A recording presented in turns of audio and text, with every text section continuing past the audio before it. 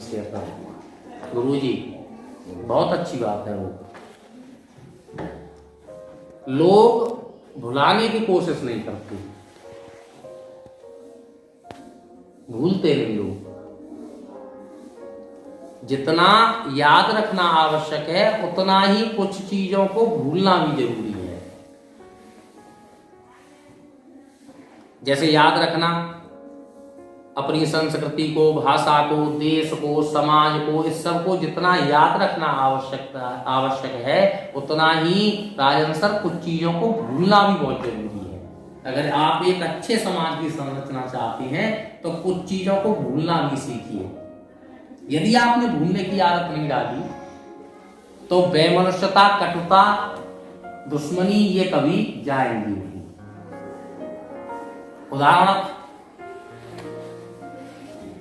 आपने कह दिया कि आपकी मुझसे दुश्मनी इसलिए है कि मेरे बाबा ने आपके बाबा को एक गाली दी थी। ये आपको पता है, आपने अपने बेटे को भी बता दिया। अगर ये भूल गए होते कि गाली दी थी तो हम शायद पास पास बैठ के फिर से मित्रता भाव निभा रहे होते, लेकिन हम नहीं भूलते उस बात को कि इसके बाबा ने मेरे बाबा को गाली दी थी। और ये दुश्मनी निरंतर चलती रहती है। भूलने को अरे इसके मामा ने मेरी लड़की की शादी में भांजी मारी थी, यानी कि बुराइयां करी थी, इसकी वजह से वो शादी रुक गई थी। अब तो ये मेरा बैरी है, अपने बच्चों को भी बताया, इनको भी बताया, उनको भी बताया। अगर वो भुला दिया होता तो फिर वो आगे तक की दुश्मनी नहीं बनती। लेकिन लोग अतीत को भुलाना नहीं चाहते, उसे याद रखना चाहते हैं। जो चीजें याद करने योग्य हैं उनको याद नहीं रखते, जो भुलाने योग्य है उनको भुलाते नहीं। तो इसमें भूलने की आदत भी डालनी चाहिए। वैसे ही हमारे देश में कुछ ऐतिहासिक ऐसी घटनाएं हैं, ऐसी लड़ाइयां हैं जिनको व्यक्ति भुला नहीं पा रहे। जैसे सवर्णों ने दलितों पर अत्याचार किए, तो दलित आज भी उनको नहीं बुला रहे, जबकि आज स्वतंत्र भारत में दलितों के लिए बहुत अच्छे कानून बने हैं जो समान अधिकार, समान नागरिकता और समान स्वतंत्रता प्रदान करते हैं। और इसके साथ ही उनको हमसे अलग सुविधाएं प्रदान करती हैं ताकि वो हमारे बराबर खड़े हों, सम्मान से खड़े हों।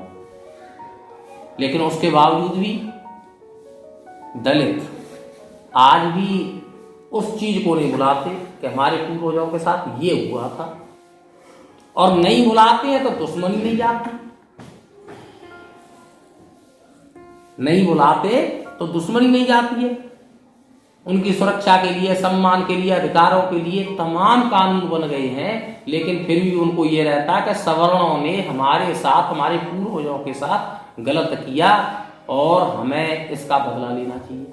और वो बदले की भावना व्यक्ति को कभी सुख नहीं पहुंचा सकती। अब जब इतने सारे अधिकार उनको प्राप्त हो गए हैं तो आज वो क्या कर रहे हैं? क्योंकि वो उस चीज को नहीं भूल रहे, तो उसके लिए उनका हथियार क्या है कि उनको जो कानून मिले हैं, जो अधिकार मिले हैं, उनका दुरुपयोग।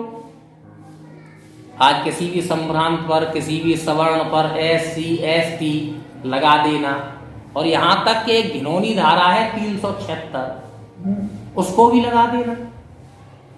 अब आप बताइए समरसता और ये मनुष्यता कैसे बनेगी भाई नीरज जी? बन सकती है क्या कभी?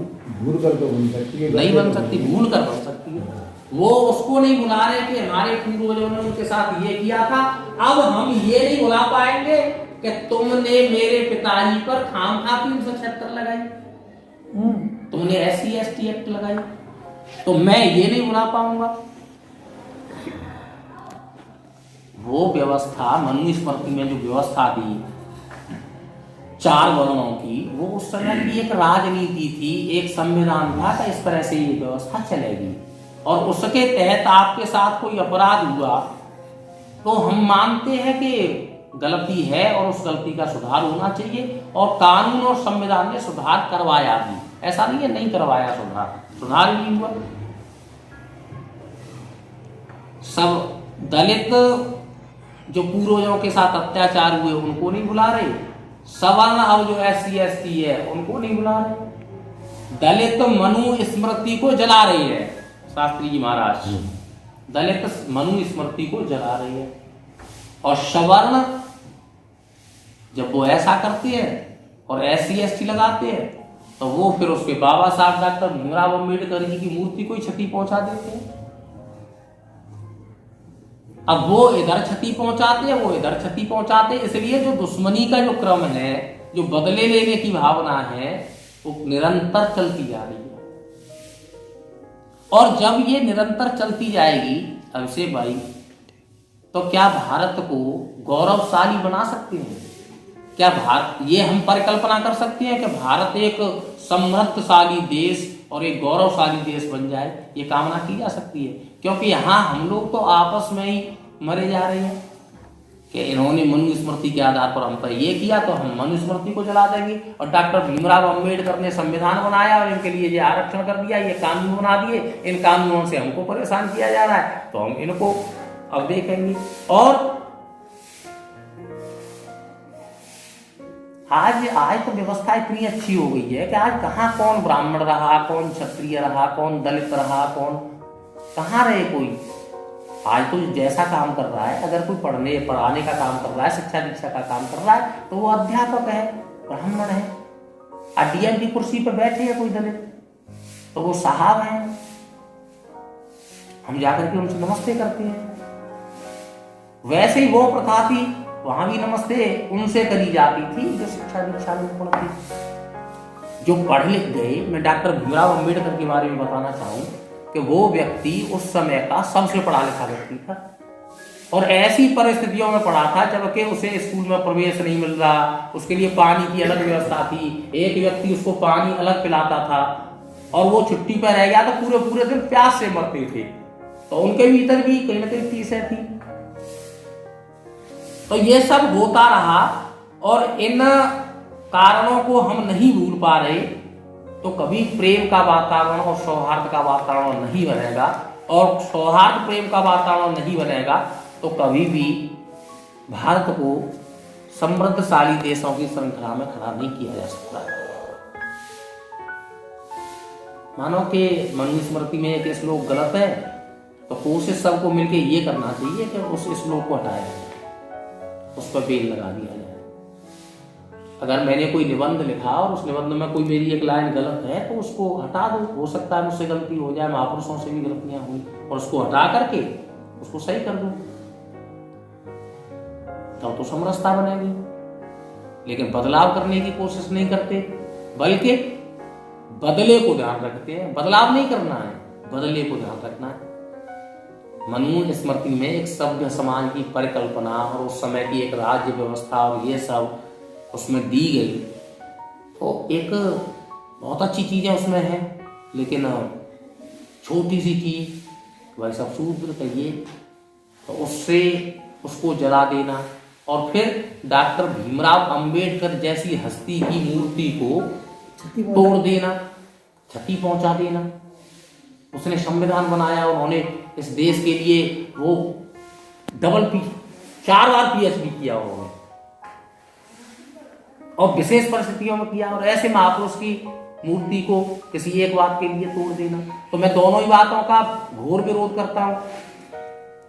ना तो उनको मनुस्मृति को बार बार याद करके और दुश्मनी बनानी चाहिए, और ना ही हमें